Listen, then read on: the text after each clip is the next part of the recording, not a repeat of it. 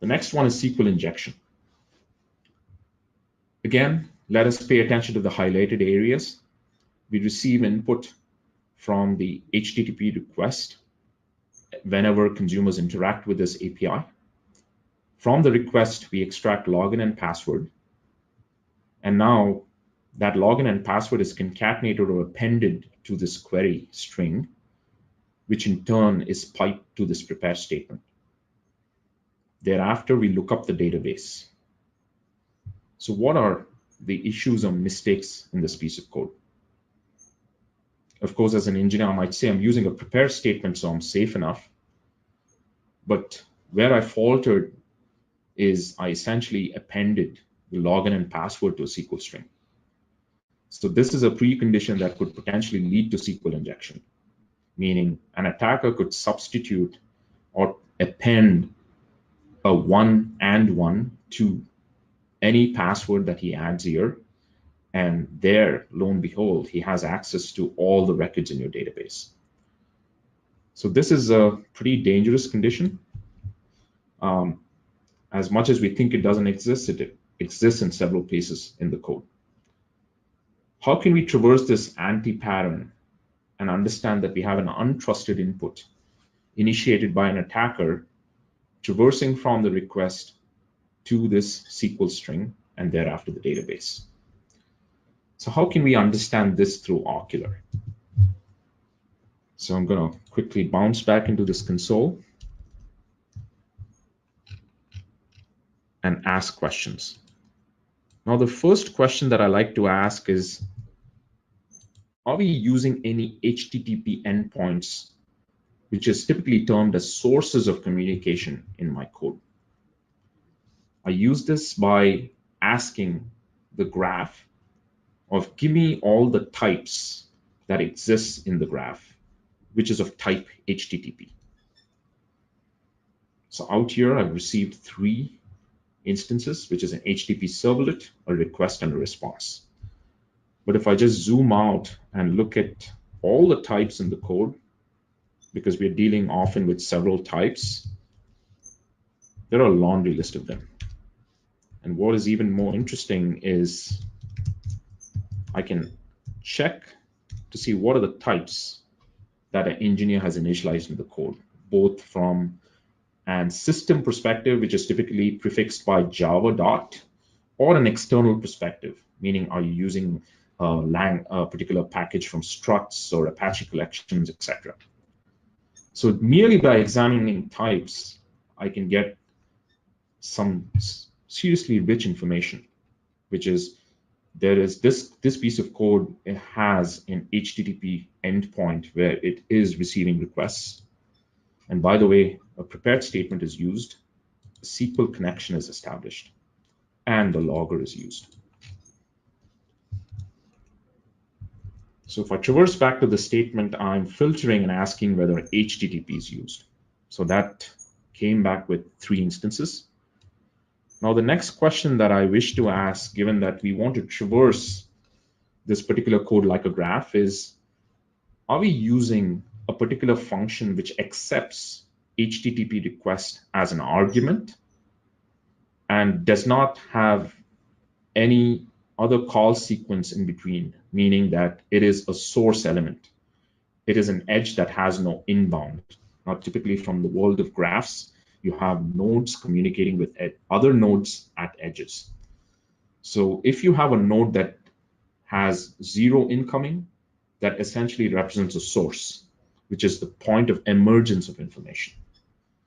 So in this query, I'm asking the graph, give me all methods that accept parameter of type HTTP servlet request and filter those that do not have inbound edges. And lo and behold, I got the do-get function. Now this is the function that is accepting requests that the consumer can interact with. Now with this piece of information, I'm going to assign this to source because that's my point of emergence of information. The next question that I'm going to ask is, do we have a prepared statement in the code that accepts or takes any assignment or any temporal variable that is extracted from this HTTP request. So in this case, we have another succinct query, which is give me all methods of full name prepare statement, which is accepting a parameter of type string. I'm going to quickly assign this to sync, because from a graph perspective, what we'd like to understand is whether a sink can touch a source or a source can traverse all its way to the sink. So here I'm conducting a reachability query where I'm saying the sink, from the sink, can I essentially start at the source and reach the sink and identify all flows that exist between the source and the sink. What Ocular returns is a very detailed representation of all communication paths from point of emergence to the termination point, which is prepared statement. Given that we have this flow trace at our dispense, what we'd like to inquire is whether the engineer is conducting validation or some degree of escaping or cleansing of the SQL query to ensure that SQL injection is not applied on this path. So now I'm going to extend this query and ask a follow-up question, which is passes not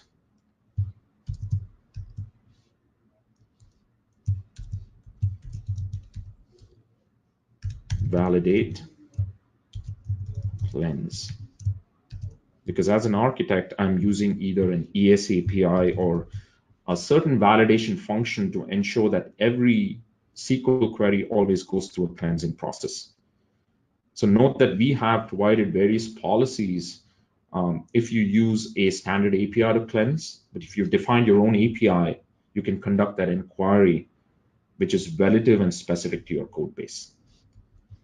So in this case, I'm going to inquire and ask if you've created any API that passes through validate. And of course, I came back with an empty list, which means there's zero validation conducted, which squarely puts this code at risk. Rather than doing a passes, I'll do a passes not, and again, the stack trace is available. So now I want to take this information back to the engineers again. And for this, I want to make sure that they understand the flow trace. So I'm going to stringify this flow trace by executing this command github get flow trace, which is another upper level API that I've created. And taking this flow trace, I want to create an issue in GitHub so the engineer pays attention to it. Now traversing back to the code repository. Earlier we had one issue. I'm going to refresh, and voila, we have two issues. The second issue has captured the entire flow trace, and I can go ahead and add appropriate messaging as well to represent details for guidance and directive associated with the vulnerability.